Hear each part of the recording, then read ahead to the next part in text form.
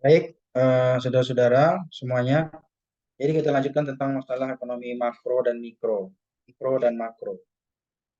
Nah, tadi udah dibahas panjang lebar tentang ekonomi makro dan mikro dan filsafat dan teorinya juga ya. Nah, nah ini kan perbedaan tadi ya. Jadi perbedaan ekonomi makro dan mikro, ya. Nah, teori ekonomi mikro itu kalau kita lihat ini tentu ya sebenarnya berbicara tentang masalah ekonomi kegiatan yang bersifat individu ya, individu. Ya, dalam satu masyarakat gitu ya. Nah, kemudian dipraktekkanlah gitu dalam kehidupan masyarakat itu ya. Tapi seringkali yang bersifat individu ini akan eh, banyak barangkali gitu menimbulkan masalah-masalah sehingga sulit diselesaikan gitu. Atau dalam bahasa istilahnya itu penguasaan gitu ya terhadap ekonomi yang dikuasai oleh eh, segelintir orang, satu orang gitu ya. Nah, ini sebenarnya dalam Islam prinsip seperti ini tentu tidak sehat ya. Karena tidak mengandung maslahah yang begitu banyak, tidak mengandung manfaat yang besar bagi orang-orang yang ada di sekitarnya. Makro ekonomi membahas masalah kebijakan yang diambil pemerintah ya sebagai solusi untuk mengatasi masalah. Nah, nah, oleh karena itu sebenarnya makro dan mikro ini saling keterkaitan dan ketergantungan ya. Ini secara umum ya, kita belum bicara tentang Islamnya. Nah, tadi juga sudah dibahas, barangkali saya nggak usah jelaskan lagi perbedaan ekonomi Islam dan makro konvensional ini ya. Nah, saya mengulas sedikit ya tentang filsafat ekonomi Islam itu ya. Ini juga udah dibahas. Tentunya ini adalah bagian hal yang tak kalah penting gitu ya, yang membahas tentang dasar-dasar ekonomi yang disimpulkan dalam Al-Quran dan hadis ya. Jadi oleh karena itu dasar-dasar ekonomi itu ya harus dibangun gitu ya. Dibangun sesuai dengan lingkungan dan masanya, tapi tetap merujuk kepada sistem apa namanya Islam ya, yang berbasis kepada nilai-nilai Al-Quran dan Sunnah. Nah, sedangkan bangunan ekonomi Islam didasarkan pada fondasi ya, fondasi asas yang paling asas ya, karena eh, bangunan ekonomi Islam itu tidak akan bisa berjalan tanpa ada memiliki asas atau fondasi atau pilar gitu. Ini disebutkan itu adalah eh, pilar tauhid ya. Tauhid merasakan tentang kehadiran Allah dalam setiap tindak tanduk perilaku ekonominya gitu. Nah, kemudian ada lagi syariat gitu ya. Tauhid saja tidak cukup, tapi bagaimana syariat mengatur ya segala aspek dalam masalah ekonomi dan keuangan kita. Dan disertai dengan akhlak, akhlakul karimah, punya akhlak gitu ya. Nah, jadi pengamalan syariat dan akhlak ini ya sebenarnya merupakan refleksi dari tauhid. Nah, jadi oleh karena itu seseorang tidak akan dinamakan bertauhid jika dia tidak bersyariah atau berakhlak dengan baik. Orang tidak akan bisa merasakan kehadiran Tuhan kalau dia tidak mengamalkan ajaran-ajaran agama gitu. Atau mungkin gini, karakter-karakter yang ada di dalam apa namanya tauhid itu adalah orang-orang yang senantiasa memiliki jiwa gitu ya dalam mengamalkan ajaran Islam itu atau syariat itu dan memiliki kebiasaan ya, tabiat, tingkah laku, tentunya tingkah laku yang baik. Nah, syariat dan akhlak itu merupakan refleksi dari tauhid. Dan landasan yang tidak kokoh akan mengakibatkan implementasi syariah dan akhlak itu terganggu. Ini jelas ya, jelas tentunya ya. Jadi gini, diibaratkanlah bahwa tauhid ini semacam eh, apa ya? Kalau dia misalnya satu batang pohon itu syariah, syariah itu ibaratkan batang pohon. Kemudian eh, akhlak itu adalah bentuk dari buahnya. karena implementasi ya, kelihatan gitu, cermin dari perilaku itu adalah buahnya. Nah, kemudian asasnya, pokoknya, dasarnya itu apa? Itulah dianya tauhid tadi. Eh, ini teman-teman ya, dia ada tiga eh, yang mendasar gitu dalam ekonomi Islam. Nah, ini yang saya sebutkan tadi bahwa ada beberapa prinsip-prinsip yang harus difahami betul di dalam ekonomi Islam. Jadi itu menghadirkan tauhid itu kan menghadirkan Allah ya.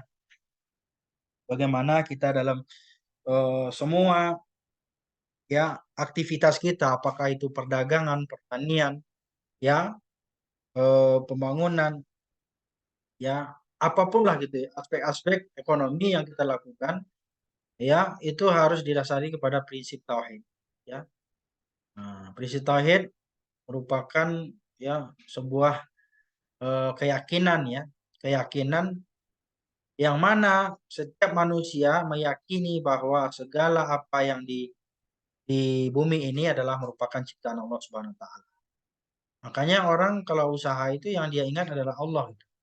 Bahwa setiap usaha, setiap perilaku dan apapun yang dia lakukan, dikerjakan itu seluruhnya akan dimintai pertanggungjawaban di hadapan Allah Subhanahu wa taala. Maka oleh karena itu ya sebagai manusia yang dititipi amanah oleh Allah Subhanahu wa taala, kita tentu harus mampu mengelola, mengatur dengan baik ya.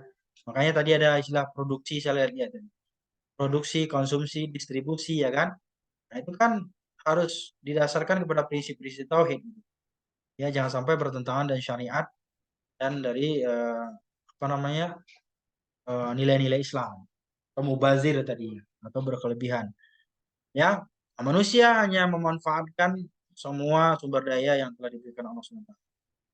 Keyakinan ini harus menjadi sebuah modal dasar gitu dalam menjalani perekonomian gitu yang kita kerjakan, yang kita lakukan dalam kehidupan kita.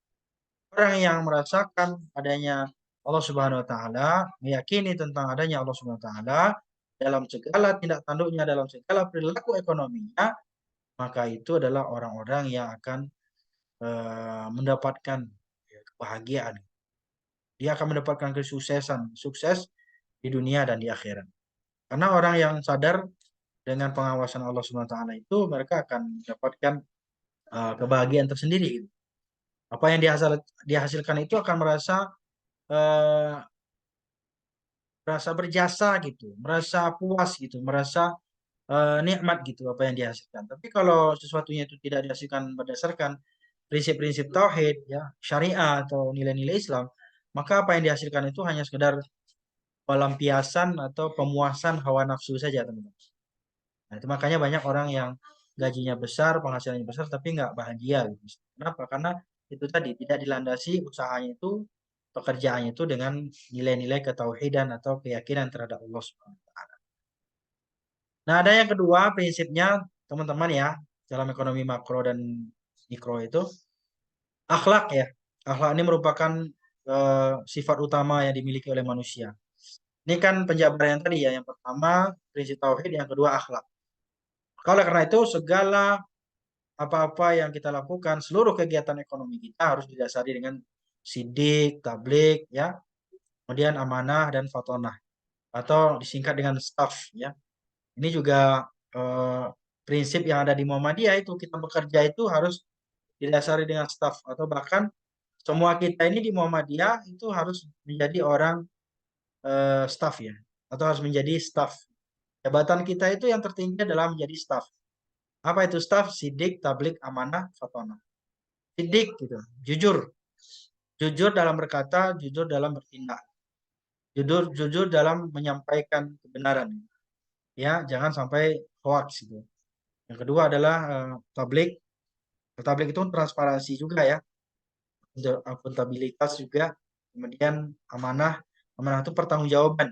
Itu yang saya sampaikan tadi bahwa seseorang dalam prinsip ekonomi Islam itu semua yang dilakukan itu akan dipertanggungjawabkan di hadapan Allah Subhanahu wa taala, dan bahkan akan diaudit gitu. Di dunia diaudit, di akhirat juga.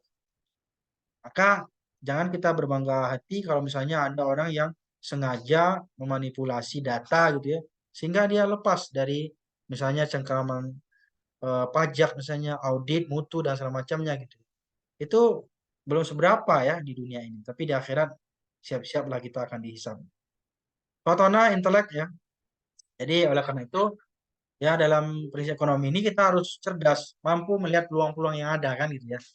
Nah inilah teman-teman, kebanyakan kita gagal dalam mengembangkan usaha atau perekonomian ini ya karena kita itu kurang cerdas dalam melihat kondisi-kondisi atau mungkin eh, keadaan-keadaan gitu. Atau mungkin ada orang yang bisa melihat peluang tapi dia tidak mau punya modal. Gitu. Nah, ini yang jadi masalah besar juga ya. Atau pas lagi butuh-butuhnya nggak cair gitu pinjaman dan segala macamnya. Tidak ada support dana, nggak ada yang investasi, nggak ada yang bantu gitu ya. Jadi ini susah juga. Makanya diharapkan sebenarnya pada pada lembaga-lembaga keuangan syariah itu atau badan lembaga termasuklah zakat infak sedekah juga kita harus punya yang namanya pemberdayaan masyarakat gitu. Jadi masyarakat itu jangan hanya sekedar konsumtif gitu ya. Habis uang pinjamannya kemudian nggak bisa lagi gitu, utang lagi gitu. Tidak diharapkan ya masyarakat itu bisa produktif gitu. Jadi pemberdayaan ekonomi masyarakat gitu. Sehingga yang tadinya mereka sebagai mustahik sekarang bisa menjadi muzaki gitu. Ketiga adalah keseimbangan, prinsip yang ketiga ya. Keseimbangan ini nilai dasar ya yang tentunya dapat mempengaruhi tingkah laku ekonomi seseorang. Keseimbangan antara kebutuhan, need dan apa ya? Ada istilahnya itu. Kebutuhan dan keinginan. Apa itu bahasa Inggrisnya? Istilah dalam ekonomi. Yang mau komentar? Need and apa itu? Utility, unit apa? Coba kebutuhan dan need and Permintaan. wants apa? One ya, one, wana itu apa? Keinginan, kebutuhan dan kalau need itu kebutuhan ya. Kalau want, want itu adalah Keinginan. keinginan ya. Jadi kan kita ini kan nggak seimbang nih, artinya nggak balance gitu ya. Jadi sebenarnya bahkan ada yang besar pasak daripada tiang ya. Tanya nih seorang wanita ketika ngelihat buka Shopee, Shopee aplikasi online itu apa aja pengen dibeli rasanya. Padahal sebenarnya hanya hawa sesaat itu, nggak butuh-butuh banget. Bahkan itu bukan sesuatu yang ingin dia beli, tapi karena lihat harganya semacamnya itu jadi ini. Jadi keinginan tuh memang luar biasa gitu teman-teman. Ya, ketika pergi ke mall misalnya lihat di situ ada diskon, pengen juga lagi beli. Sebenarnya nggak ada need di situ, nggak ada kebutuhan, tapi ada uang. Uangnya inilah yang sulit menyeimbangkan antara kebutuhan, keinginan dan ya. Maka keseimbangan dalam ekonomi itu terwujudnya kesederhanaan. Sederhanaan itu ya tentu sesuai dengan kapasitasnya teman-teman. Orang yang kaya, yang gajinya mungkin ada 20 juta sebulan, punya mobil Alphard, ya itu masih sederhana sih ya. Nah, tapi kalau misalnya dia gajinya 20 juta, tapi dia punya mobil uh, Range Rover misalnya atau apa, nah, itu mungkin Land Cruiser misalnya, itu mungkin termasuk itu tadi ya, keinginan ya, tapi bukan kebutuhan. Tapi kalau kebutuhan itu ya sebenarnya standar kesederhanaan gitu ya. Ya, standar kesederhanaan yang dimiliki oleh seseorang itu dinamakan kebutuhan gitu. Ya bisa masih dianggap sederhana gitu. Sederhana dengan memiliki barang atau jasa atau apapun lah gitu ya. Intinya gini, jangan sampai kebutuhan kita itu dengan keinginan itu keinginan lebih besar daripada kebutuhan gitu. Terjadilah namanya pemborosan. Yang diharapkan dalam Islam itu kan penghematan, tapi bukan boros gitu ya. Tapi juga tidak bakhil, ya, tidak bakhil, tidak kikir gitu. Ketika dia memiliki harta, ya, eh, kekayaan dan semacamnya, dia berupaya untuk eh, menseimbangkan antara kebutuhan dunianya dengan akhiratnya. Ini teman-teman ya, nanti bisa didiskusikan lagi.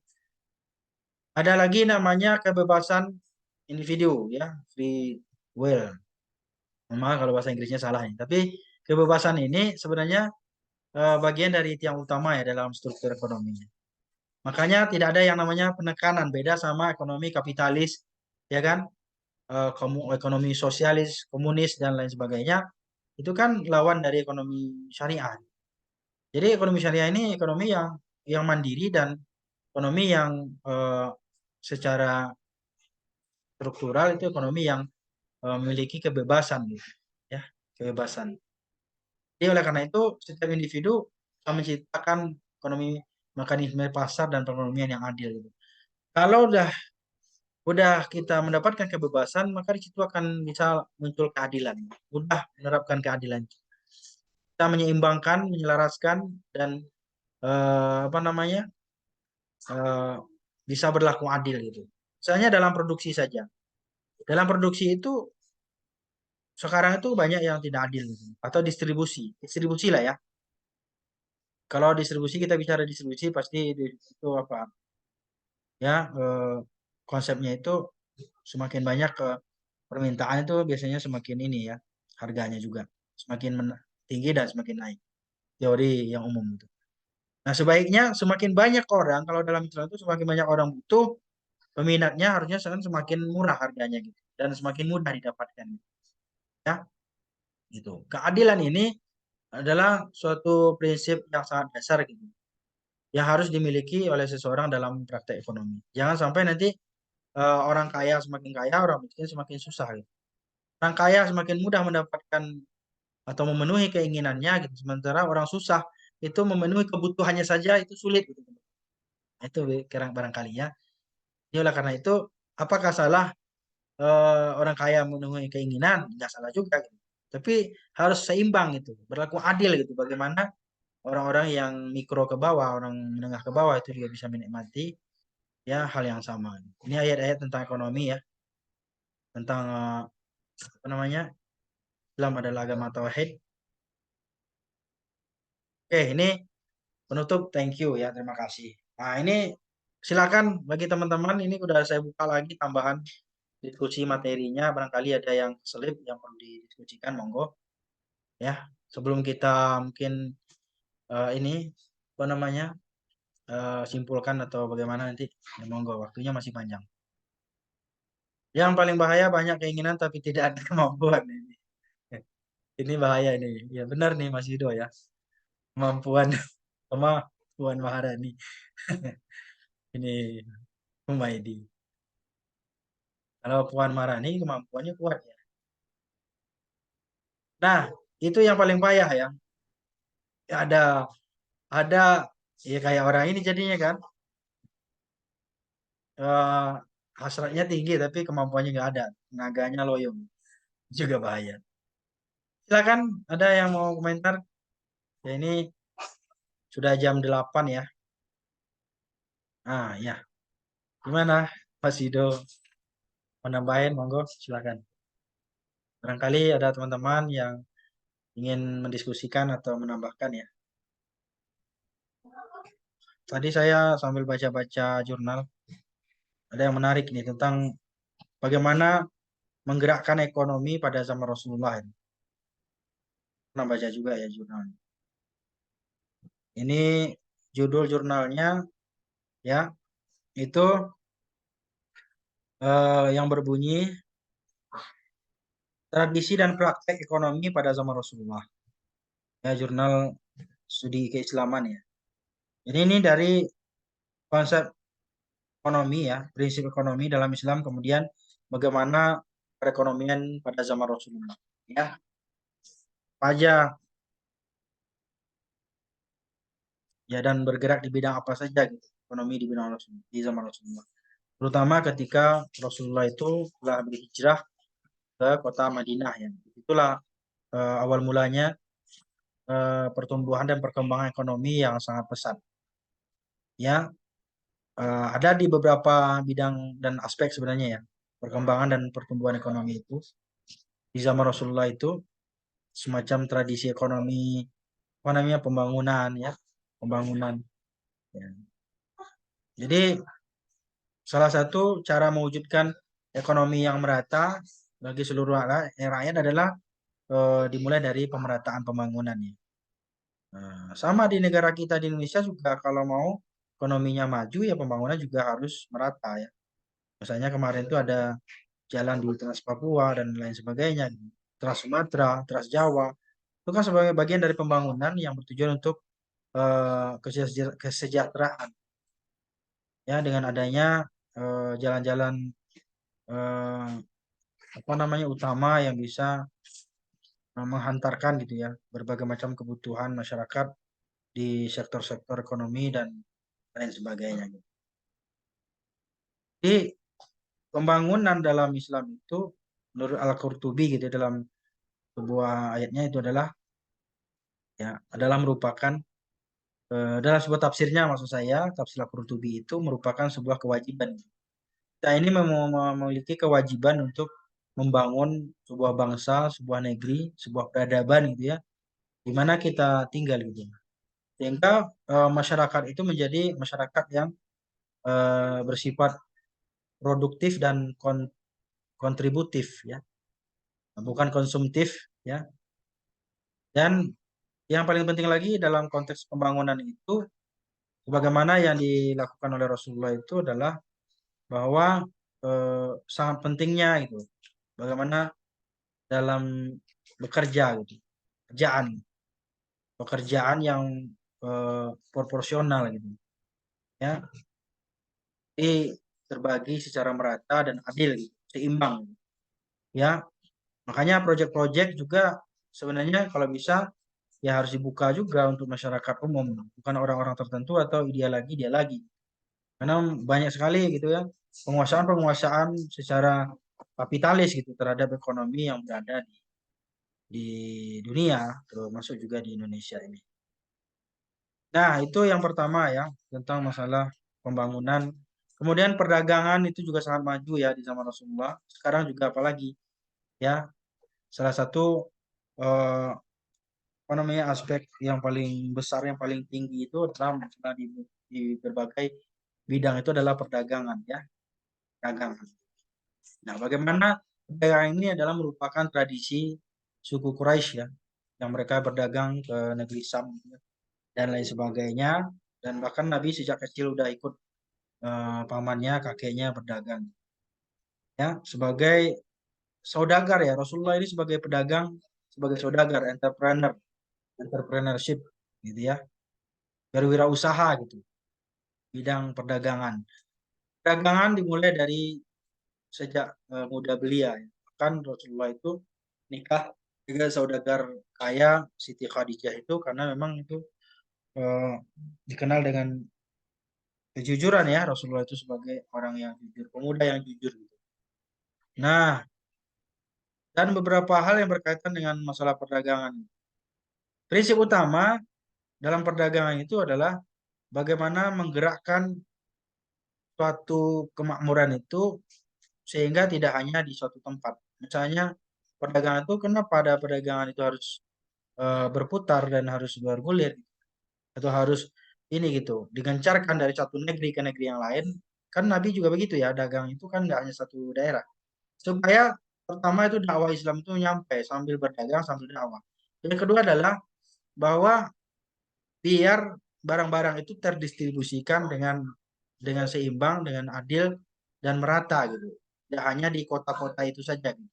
Makanya perlulah gitu ya dalam Islam itu untuk mengembangkan perdagangan ya sehingga nanti masyarakat-masyarakat yang belum mendapatkan asupan atau distribusi barang-barang yang dibutuhkan oleh masyarakat itu bisa diwujudkan gitu. Bisa dihadirkan di tengah-tengah masyarakat. Dan demikian juga di pertanian tadi yang pertanyaan Mas komentar Mas Salahuddin tadi ya. Pertanian juga gak kalah penting ya. Rasulullah itu punya kebun kurma gitu. Ya. Dan masih banyak lagi dari teman-teman atau saudara-saudara dan kaum kerabat Rasulullah dan para sahabatnya itu mereka adalah orang yang memiliki kebun yang luas ya. Bahkan sahabat Abu Bakar, Umar, Utsman, Ali ya dan lain sebagainya dan seterusnya. Ya. Nah, berikutnya adalah terakhir itu industri ya. Nah, industri. Jadi ini tentunya bertujuan untuk masyarakat sejahtera. Ya. Industri-industri yang ada di tengah-tengah kita ini, mohon maaf gitu ya, masih berorientasi kepada pemoda gitu, pemilik modal dan orang-orang besar gitu, yang menguasai gitu, saham mayoritas gitu dalam sebuah perusahaan. Sehingga ini juga tidak dirasakan gitu. Masyarakat hanya dapat puing-puingnya atau bahkan hanya sekedar dapat limbahnya saja gitu. Karena industri ini banyak sekali ya yang sebenarnya cabang-cabangnya yang mungkin barangkali gitu teman-teman bisa sampaikan juga nanti gitu ya. Nah, industri apa saja yang mungkin di Indonesia ini yang saat ini eh, sangat berkembang gitu, teman-teman. Dan itulah beberapa hal ya. Intinya adalah bagaimana Rasulullah itu mengembangkan atau menggerakkan ekonomi masyarakat itu melalui perdagangan, ya, pertanian, industri dan lain sebagainya.